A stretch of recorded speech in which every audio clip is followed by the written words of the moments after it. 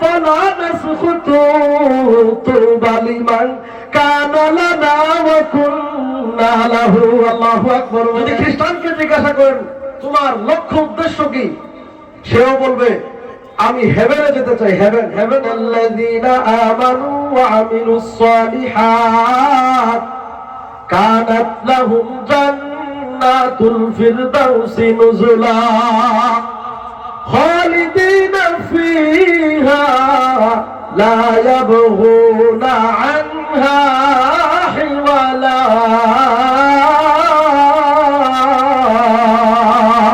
আল্লাহু আকবার। জান্নাতে যেতে চাই।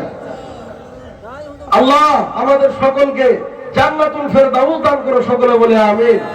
আত্মাবাদ। সবাই আমরা জান্নাতে যেতে চাই। একজন হিন্দুকে যদি জিজ্ঞাসা করেন, আমরা তো মুসলমান, হিন্দুও বলবে যে আমি স্বর্গে যেতে চাই। কথা কোন ঠিক না বেঠিক?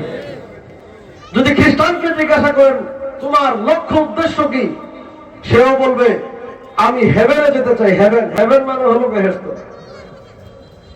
যদি আপনি ইহুদিকে জিজ্ঞাসা করেন, ইহুদিও বলবে যে আমিও হেভেন স্বর্গে যেতে চাই। মুসলমানকে জিজ্ঞাসা করলে সেও বলবে আমি কোথায় যেতে চাই, জান্নাতে যেতে চাই। তবে সবাই কি জান্নাতে যেতে পারবে? নাকি যারা আল্লাহ পাকের দেওয়া বিধান মোতাবেক আল্লাহ নবী সাল্লাল্লাহু আলাইহি ওয়াসাল্লামের দেওয়া সিরাত সূরা আদর্শ মেনে চলবে, তারাই জান্নাতে যেতে পারবে? কথা বলেন। এই জন্য যেহেতু আল্লাহ পাক ওপেন ভাবে ঘোষণা করেছেন, তাহলে বোঝা গেল সবাইকে আল্লাহ পাক জান্নাত দিবে না। যারা জান্নাতে যাওয়ার যোগ্য, জান্নাতে যাওয়ার পাত্র, জান্নাতে যাওয়ার মতো আমল করবে, আল্লাহ পাক তাদেরকেই কেবল জান্নাত দিবে। সকলে বলি সুবহানাল্লাহ।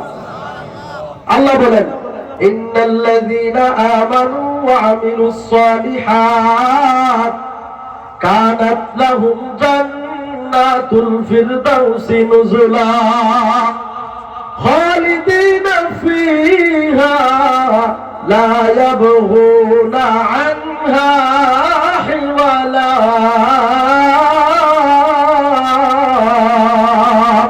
আল্লাহু আকবার।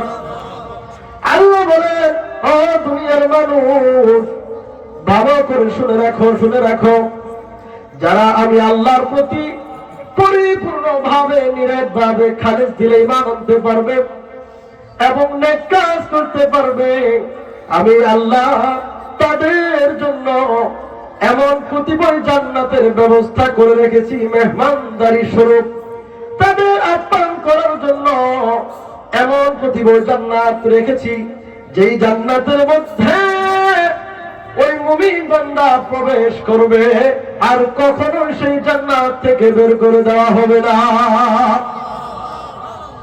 জান্নাতের বিবরণ কেমন হবে আল্লাহ পাক রব্বুল আলামিন শুধু বললেন জান্নাত দেওয়া হবে। জান্নাতটা কেমন হবে বাবা, এই আলোচনা করলে অনেক সময় দরকার। আল্লাহর নবী সাল্লাল্লাহু আলাইহি ওয়াসাল্লাম হাদিস শরীফের মধ্যে ঘোষণা করেছেন, জান্নাতের মধ্যে এমন কতিপয় কামরা থাকবে, ইন্না ফিল জান্নাতি লাগুরাফান, এমন কতিপয় কামরা থাকবে যে কামরাগুলোর দেয়ালের মধ্যে ইটগুলো থাকবে, একটা ইট থাকবে স্বর্ণের আর একটা ইট থাকবে রূপার, এবং সেই ইটগুলোকে সুগন্ধি দ্বারা সুবাসিত করা হবে। এমন জান্নাতের মালিক আমাদেরকে আল্লাহ বানায় দিবে। শুধুমাত্র তাই নয়, জান্নাতের মধ্যে বান্দাকে যখন আল্লাহ রাব্বুল আলামিন প্রবেশ করাবেন, সেই জান্নাতের মধ্যে যত নাজ নিয়ামত থাকবে, যেই নাজ নিয়ামতের কথা বান্দা মুখে বলবে তো দূরের কথা, অন্তর দিয়ে শুধু চিন্তা করবে, সাথে সাথে ওই নিয়ামত আল্লাহ পাক তার সামনে হাজির করে দিবে। আল্লাহ বলেন ওয়ালাকুম ফিহা মা তাশতাহি আনফুসুকুম ওয়ালাকুম ফিহা মা তাদউন। আল্লাহ বলেন ও আমার পাগল বান্দারা, তোমাদেরকে আমি কেমন জান্নাত দিব একটু শোনো। আমি আল্লাহ কোরআনে ঘোষণা করে দিলাম জান্নাতের মধ্যে তোমাদের মন যা চাইবে, তোমাদের রিপোর্ট, তোমাদের আত্মা যেটা কামনা করবে, যেটা তোমরা দাবি করবা, সাথে সাথে সেটা তোমাদের সামনে হাজির হয়ে যাবে। জান্নাতি মানুষগুলো যখন জান্নাতের মধ্যে বসে থাকবে, আকাশ দিয়ে একটা পাখি উড়ে যাবে, কবুতর উড়ে যাবে, সেটা দেখে তার মনে হবে হাই হাই, এই কবুতরটা যদি ভুনা করে খেতে পারতাম তাহলে কতই না মজা হইতো। এই কথা মনে মনে চিন্তা করতে দেরি, আল্লাহ রাব্বুল আলামিন সেই কবুতরটা ভুনা করে ওই জান্নাতি মেহমানের সামনে হাজির করতে দেরি হবে না।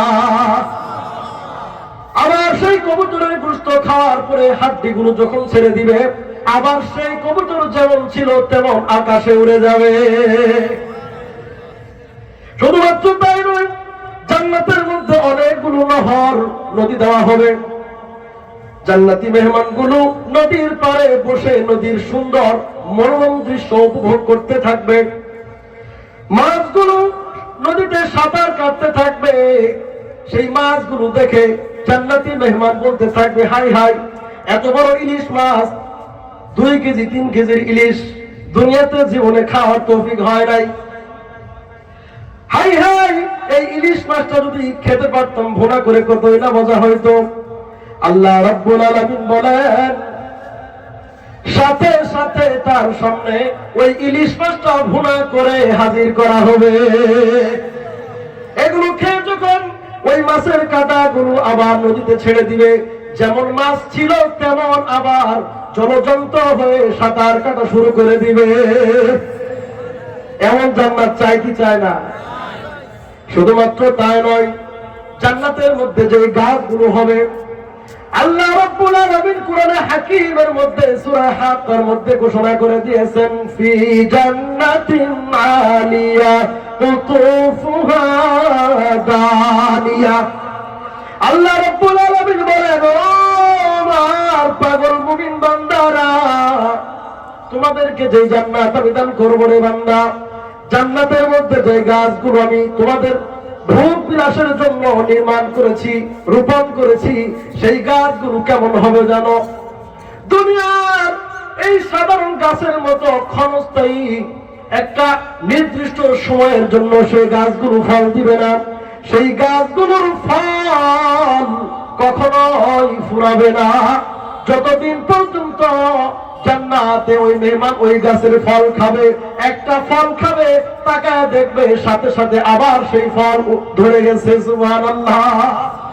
শুধুমাত্র তাই নয়, সেই জান্নাতের ফলগুলোর স্বাদ কেমন হবে, জান্নাতের ফলের স্বাদ কেমন হবে? দুনিয়ার ফলগুলো একবার খেলে একই রকম স্বাদ, দ্বিতীয়বার খেলে একই রকম স্বাদ লাগে, তৃতীয়বার খেলেও একই রকম স্বাদ লাগে। কথা কোন ঠিক কিনা? জান্নাতের মধ্যে আল্লাহ রাব্বুল আলামিন যেই ফলের গাছগুলো মেহমানদারি শুরু দিবেন, সেই ফলগুলো যতবার খাবে জান্নাতি মেহমান, ততবার ফলের স্বাদ ভিন্ন ভিন্ন হবে। যতবার খাবে, একবার খাবে একরকম স্বাদ, আনার একবার খাবে একরকম স্বাদ, দ্বিতীয়বার খাবে আরেক রকম স্বাদ, তৃতীয়বার এইভাবে যতবার সেই জান্নাতি ফলগুলো খাবে ততবার ভিন্ন রকম স্বাদ হবে। সুবহানাল্লাহ। শুধুমাত্র তাই নয়, সেই গাছের অবস্থা কেমন হবে? জান্নাতি মেহমানগুলো তারা খাট পালঙ্গের মধ্যে শুয়ে বিশ্রাম করতে থাকবে, হুরে গিলমানদেরকে নিয়া। কাদেরকে নিয়া? হুরে গিলমানদেরকে নিয়া, তাদের মনোরঞ্জনের জন্য, তাদেরকে মুগ্ধ করার জন্য, তাদেরকে আনন্দ উপলব্ধি করার জন্য কিছু হুরে গিলমানদেরকে আল্লাহ পাক রব্বুল আলামিন জান্নাতীদেরকে সেবা যত্ন করার জন্য মোতায়েন করে রাখবেন। তাদেরকে নিয়ে যখন তারা খাট পালঙ্গের মধ্যে শুয়ে শুয়ে আরাম করতে থাকবে, সেই গাছের ফলগুলো তাদের বিছানার সামনে এইভাবে দোল খাইতে থাকবে। জান্নাতি মেহমানগুলো চাইলে হাত দ্বারাই সেই ফলগুলো পেরে পেরে খেতে পারবে। সুবহানাল্লাহ। দুনিয়া বৃক্ষের গাছের মতো নয়, গাছের গোড়া থাকে নিচের দিকে, আগা থাকে উপরের দিকে, কিন্তু জান্নাতে গাছের গোড়ালি থাকবে উপরের দিকে, আর মাথা থাকবে নিচের দিকে। সুবহানাল্লাহ। এমন জান্নাত আমরা চাই কি চাই না? মোহতারাম হাজিরিন, শুধুমাত্র তাই নয়, এই যে একটু আগে বললাম হুরে গিলমান দেওয়া হবে, এমন ৭২টা রং ঢং সৌন্দর্যে ঘেরা লাবণ্যময় চেহারার অধিকারী হুর দেওয়া হবে গো। এক একটা হুর ৭০,০০০ কাপড় পরিধান করার পরে তাদের শরীরে রগগুলো দিয়া, শিরা দিয়া, ধমনী দিয়া রক্ত প্রবাহিত হতে থাকবে। সেই রক্ত চলাচল গুলো জান্নাতি মানুষগুলো দেখতে পাবে। সুন্দরী হুরদের কেমন সৌন্দর্য দেওয়া হবে! আল্লাহ বলেছেন ফিহা আজওয়াজুম মুতাহহারা, পবিত্র হুর দেওয়া হবে। দুনিয়াবি মহিলাদের যেমন অস্বাভাবিক গন্ধ বের হয়, একটু ঘামলেই যেমন দুর্গন্ধ ছড়ায়, জান্নাতি হুরদের কখনোই কি হবে না, ঘাম জড়াবে না। যদিও ঘাম জড়াই, সেটা থেকে সুগন্ধি বের হবে। আল্লাহ নবী বলেন ওই জান্নাতি হুরদের সৌন্দর্য এত এত হবে, যদি জান্নাতি হুররা একবার দুনিয়াতে থুতু নিক্ষেপ করতো, দুনিয়া আর কখনোই দুর্গন্ধ ছড়াইতো না। দুনিয়াতে যদি এই জান্নাতি হুররা একবার আঙ্গুল এইভাবে দুনিয়াতে উঁচু করত, দুনিয়াতে আঙ্গুলটা ডাবায়া দিত, তাহলে দুনিয়া আর কখনোই তাদের হুরের ওই আঙ্গুলের ঝলকানিতে, ঝলসানিতে, আলোতে কখনোই দুনিয়া অন্ধকারচ্ছন্ন হতো না। খারাপ লাগতেছে আপনাদের? মোহতারাম হাজিরিন, এমন রং ঢঙে সৌন্দর্যে লাবণ্য ঘেরাও হুর দেওয়া হবে। দুনিয়াতে যে নেককার স্ত্রী হবে, এই নেককার স্ত্রী জান্নাতি ৭২টা হুরদের যে সৌন্দর্য রূপ লাবণ্য দেওয়া হবে, ওই দুনিয়াতে নেককার স্ত্রীর মধ্যে একাই ওই পরিমাণ সৌন্দর্য রূপ লাবণ্য দেওয়া হবে। শুধুমাত্র তাই নয়, এই জান্নাতি হুররা, জান্নাতি মেহমানগুলো যখন জান্নাত দিয়া প্রবেশ করতে থাকবে, যখন প্রবেশ করবে ওই হুররা জান্নাতি মেহমানকে সাদর সম্ভাষণ জানানোর জন্য, স্বাগত জানানোর জন্য, মারহাবা আহলান সাহলান জানানোর জন্য তারা গান গাইতে থাকবে। কি গাইতে থাকবে? কথা কর। তারা গান গাইতে থাকবে। যেই যুবক দুনিয়াতে এই যে একটা আল্লাহ পাক কান নামক একটা অঙ্গ দান করেছেন, এই কানটা নাপাক হারাম গান শুনে নষ্ট করে নাই, ওই গান সেদিন হুরে গিলমানরা তাদেরকে শোনায়া মুগ্ধ করে দিবে। এটা আমার কথা না, আল্লাহর হাবিব জনাবে হাবিবে কিবরিয়া রাহমাতুল লিল আলামিন হাদিস শরীফের মধ্যে ঘোষণা করেছেন। ইমাম তিরমিজি রাহমাতুল্লাহি আলাইহি হাদিস বর্ণনা করেছেন, জান্নাতি হুররা সেদিন জান্নাতি মেহমানদেরকে গান শোনাইতে শোনাইতে, এত সুমধুর সুরেলা কণ্ঠে তাদেরকে গান শোনাইতে শোনাইতে জান্নাতের মধ্যে ঢুকাইয়া দিবে। তারা গান গাইতে থাকবে না, নাহনুল খালিদাতু ফালা নাবিদু ওয়া নাহনুন নাইমাতু ফালা নাবআসু ওয়া নাহনুর রাজিয়াতু ফালা নাসখুতু তুবা লিমান কানা লানা ওয়া কুন্না লাহু। আল্লাহু আকবার বলেন।